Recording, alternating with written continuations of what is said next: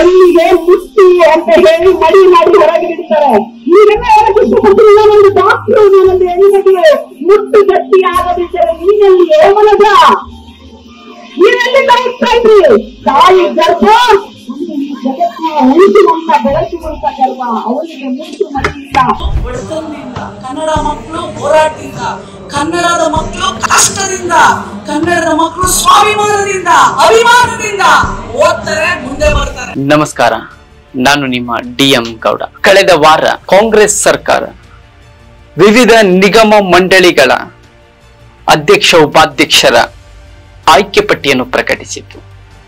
ಇದರಲ್ಲಿ ರಾಜ್ಯ ಮಹಿಳಾ ಆಯೋಗದ ಅಧ್ಯಕ್ಷೆಯನ್ನಾಗಿ ಡಾಕ್ಟರ್ ನಾಗಲಕ್ಷ್ಮಿ ಚೌಧರಿ ಅವರನ್ನು ಆಯ್ಕೆ ಮಾಡಿತು. ಕಳೆದ 2 ದಿನಗಳ ಹಿಂದೆ ಮಂಗಳೂರಿನ PU ವಿದ್ಯಾರ್ಥಿನಿಯರ ಮೇಲೆ ಆಸಿಡ್ ದಾಳಿ ಘಟನೆಯ ನಂತರ ಖುದ್ದಾಗಿ ರಾಜ್ಯ ಮಹಿಳಾ ಆಯೋಗದ ಅಧ್ಯಕ್ಷೆಯಾಗಿರುವ ನಾಗಲಕ್ಷ್ಮಿಯವರು ಹೋಗಿ ಅವರ ಯೋಗಕ್ಷೇಮವನ್ನು ವಿಚಾರಿಸಿ ಆಸಿಡ್ ದಾಳಿಗೆ ಒಳಗಾದಂತಹ ಸಂತ್ರಸ್ತ ವಿದ್ಯಾರ್ಥಿನಿಯರನ್ನು ಮಾತನಾಡಿಸಿ ಆತ್ಮಸ್ಥೈರ್ಯ, ನೈತಿಕ ಸ್ಥೈರ್ಯ ತುಂಬಿ ಧೈರ್ಯವಾಗಿರಿ, ನಾವಿದ್ದೇವೆ ನಿಮ್ಮ ಹಿಂದೆ ಎನ್ನುವ ಸಂದೇಶ ನೀಡುವುದರ ಜೊತೆಗೆ ಆ ವಿದ್ಯಾರ್ಥಿನಿಯರ ಭವಿಷ್ಯಕ್ಕೂ ಕೂಡ ನೆರವಾಗುವ ನಿಟ್ಟಿನಲ್ಲಿ ಶಿಕ್ಷಣ ಸಚಿವರನ್ನು ಮಾತನಾಡಿ ಅವರ ಪರೀಕ್ಷೆಗೆ ಪರ್ಯಾಯ ವ್ಯವಸ್ಥೆಯನ್ನು ಮಾಡಿ, ಜೊತೆಗೆ ಸರ್ಕಾರದಿಂದ ತಲಾ 4 ಲಕ್ಷ ರೂಪಾಯಿಗಳ ಪರಿಹಾರ ಮೊತ್ತವನ್ನು ದೊರಕಿಸಿಕೊಡುವ ಪ್ರಾಮಾಣಿಕ ಪ್ರಯತ್ನ ಮಾಡುತ್ತೇನೆ ಎನ್ನುವ ಅವರ ಮಾತು ನಿಜಕ್ಕೂ ಕೂಡ ಒಬ್ಬ ಮಹಿಳೆಯಾಗಿ, ಮಕ್ಕಳ ಬಗ್ಗೆ ಇರ್ತಕ್ಕಂಥ ಒಬ್ಬ ಮಾತೃವಾತ್ಸಲ್ಯದ ತಾಯಿಯಾಗಿ, ಮಕ್ಕಳ ನೋವಿಗೆ ಮಿಡಿಯುವ ಹೃದಯವಾಗಿ ಅವರ ನಡವಳಿಕೆಗಳಲ್ಲಿ ಸ್ಪಷ್ಟವಾಗಿ ಗೊತ್ತಾಗ್ತಾ ಇದೆ. ದಾಸರಹಳ್ಳಿ ವಿಧಾನಸಭಾ ಚುನಾವಣೆಯ ಕಾಂಗ್ರೆಸ್ ಟಿಕೆಟ್ ಆಕಾಂಕ್ಷಿಯಾಗಿದ್ದಂತಹ ನಾಗಲಕ್ಷ್ಮಿಯವರಿಗೆ ಕಾರಣಾಂತರಗಳಿಂದ ಟಿಕೆಟ್ ಕೈ ತಪ್ಪಿದ ನಂತರ ಪಕ್ಷದ ಅಭ್ಯರ್ಥಿಗಳ ಪರವಾಗಿ ತಮ್ಮದೇ ಆದಂತಹ ಇತಿಮಿತಿಯೊಳಗೆ ಪಕ್ಷದ ಸೇವೆ ಸಲ್ಲಿಸುವ ನಿಷ್ಠಾವಂತ ಕಾರ್ಯಕರ್ತೆಯಾಗಿ, ಸಿದ್ದರಾಮಯ್ಯನವರ ಸಿದ್ಧಾಂತದ ಪ್ರತಿಪಾದಕಿಯಾಗಿ, ಅವರು ಹಾಕಿಕೊಟ್ಟ ಸಮಾಜದ ಕನಸು, ಶೋಷಿತರ ಧ್ವನಿಯಾಗಿ, ಸಮಾಜದ ಕಟ್ಟಕಡೆಯ ವ್ಯಕ್ತಿಗೆ ಸರ್ಕಾರಿ ಸೌಲಭ್ಯಗಳನ್ನು ಯಾವ ರೀತಿ ತಲುಪಿಸಬೇಕಿದೆ ಅನ್ನುವ ಬಹುದೊಡ್ಡ ಚಿಂತನೆಯನ್ನು ಮೈಗೂಡಿಸಿಕೊಂಡು ಬೆಳೆದಂತಹ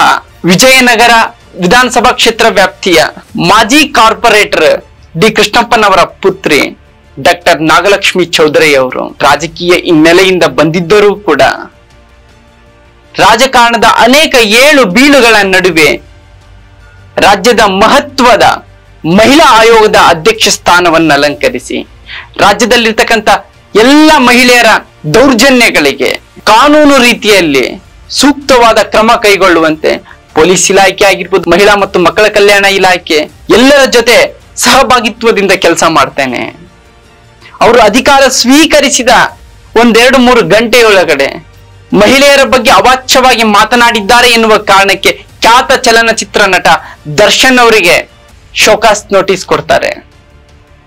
ಅಂದ್ರೆ ಒಬ್ಬ ಮಹಿಳೆಯಾಗಿ, ಮಹಿಳಾ ಆಯೋಗದ ಅಧ್ಯಕ್ಷೆಯಾಗಿ ಕಾನೂನು ಇತಿಮಿತಿಯೊಳಗಡೆ ತನ್ನ ಅಧಿಕಾರವನ್ನು ಯಾವುದೇ ರೀತಿಯ ರಾಗ ದ್ವೇಷ ಭಯವಿಲ್ಲದೆ ಚಲಾಯಿಸುವುದಿದೆಯಲ್ಲ, ಇದು ಇತರರಿಗೆ ಮಾದರಿಯಾದಂತಹ ನಡೆಯನ್ನು ನಾಗಲಕ್ಷ್ಮಿಯವರು ಹಾಕಿದ್ದಾರೆ. ಹೆಣ್ಣು ಮಕ್ಕಳ ಮೇಲಿನ ದೌರ್ಜನ್ಯಗಳಾಗಿರ್ಬೋದು, ಲೈಂಗಿಕ ದೌರ್ಜನ್ಯ, ಬಾಲ್ಯ ವಿವಾಹ, ವರದಕ್ಷಿಣೆ, ಈ ರೀತಿಯ ಅನೇಕ ಸಾಮಾಜಿಕ ಪಿಡುಗುಗಳಿಂದ ಇವತ್ತು ಹೆಣ್ಣು ಮಕ್ಕಳು ಸಮಾಜದ ಮುಖ್ಯವಾಹಿನಿಗೆ ಬರದೆ ಪುರುಷ ಪ್ರಧಾನ ಸಮಾಜದಲ್ಲಿ ಆ ಹೆಣ್ಣಿನ ತೊಳಲಾಟ, ಮಾನಸಿಕ ವೇದನೆ ಇವುಗಳನ್ನು ಬಹಳಷ್ಟು ಸೂಕ್ಷ್ಮವಾಗಿ ಹರಿತಿರುವ ವೃತ್ತಿಯಲ್ಲಿ ದಂತ ವೈದ್ಯರಾಗಿರುವ ನಾಗಲಕ್ಷ್ಮಿಯವರು ಯಾವ ರೀತಿಯಲ್ಲಿ ಮಹಿಳೆಯರ ಭಾವನೆಗಳಿಗೆ ಚಿಕಿತ್ಸೆ ನೀಡ್ತಾರೆ, ಆ ಭಾವನೆಗಳನ್ನು ಅರಿತು ಅವರ ನೋವುಗಳಿಗೆ ಯಾವ ರೀತಿಯ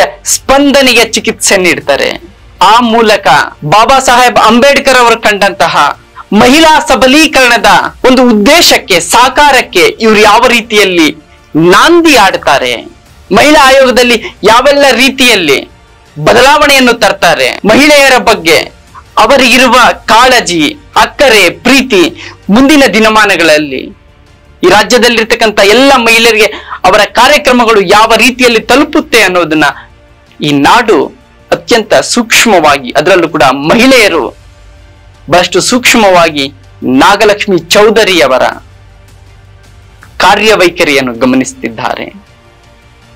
ಅವರ ಕಾರ್ಯ ಹೀಗೆ ಸಾಗಲಿ. ನೊಂದವರು, ಶೋಷಣೆಗೆ ಒಳಗಾದಂತಹ ಮಹಿಳೆಯರಿಗೆ, ಮಕ್ಕಳಿಗೆ ಆ ಆಯೋಗದಿಂದ ಸೂಕ್ತವಾದಂತಹ ಕಾನೂನು ಸಲಹೆ ಮತ್ತು ನೆರವು ಶೀಘ್ರದಲ್ಲಿಯೇ ಸಿಕ್ಕು ಅವರ ನೋವುಗಳಿಗೆ, ಅವರ ದುಃಖಗಳಿಗೆ ಧ್ವನಿಯಾಗುವ ಕೆಲಸ ಇವರು ಮಾಡಲಿ ಎಂದು ನಾವು ಕೂಡ ಆಶಿಸೋಣ.